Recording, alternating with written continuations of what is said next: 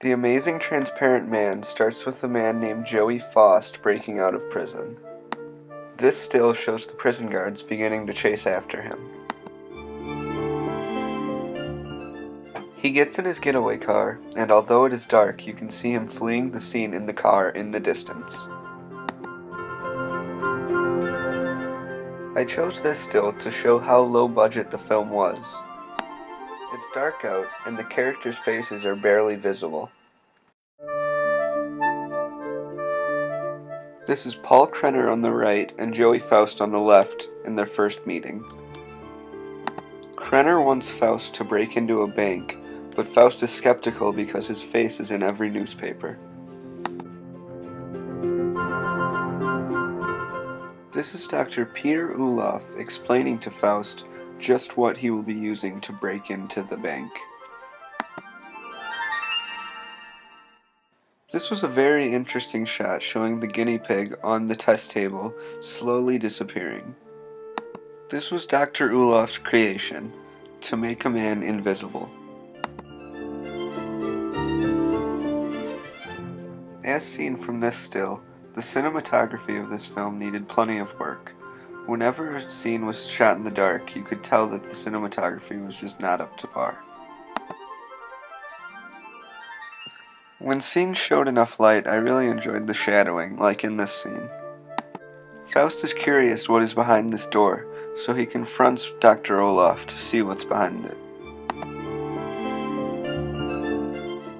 Faust and Dr. Ulof have a conversation in this still, and Faust realizes that Ulof is also being held captive.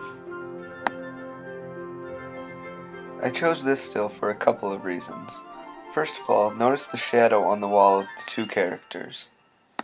Also, this is where Faust starts to manipulate Laura into double-crossing Krenner. This is a still of what the movie has been leading up to thus far. They are finally turning Faust invisible, and this is a really cool effect that they used in the scene. As you can see, Faust's face is beginning to disappear, as will his body.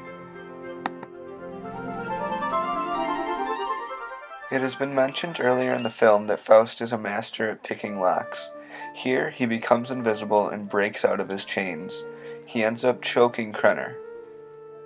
Faust then blackmails Krenner, telling them that he wants much more money than first anticipated.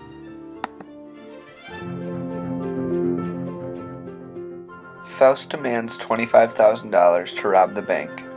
I thought this was a very cool image of the bank door opening with no one touching it. Shortly before this image, they also showed the keypad being broken into with no one touching it. I really enjoyed how the cinematography of this film was able to show what Faust was carrying effortlessly, although Faust was not there. Krenner then tells Dr. Ulof to use a potentially deadly method to turn Faust invisible again. I love this still because it shows Dr. Ulof's true emotions. He then refuses to press the button, which leads to Krenner pressing it. Faust is invisible once again and goes to rob another bank. As you can see, his head is visible, while his body is not. I thought the cinematography of this shot was incredible. I like that the special effects were able to show Faust's head while his body remained nowhere to be seen.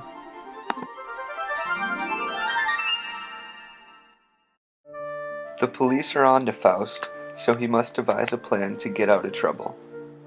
This is difficult for him because not only does he have to flee from the police, but he also has to flee from Krenner.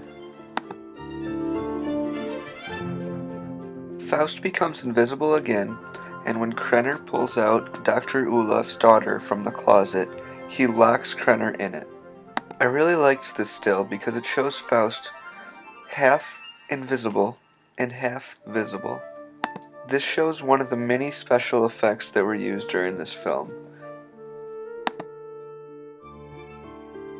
The film ends with Dr. Ulof telling Faust that he only has up to a month to live due to the radiation poisoning.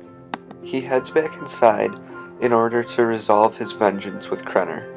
Krenner then runs downstairs with a gun and shoots Laura twice, killing her.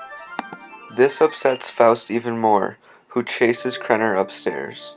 After a long scuffle between the two, Krenner turns on the invisibility machine and things go haywire.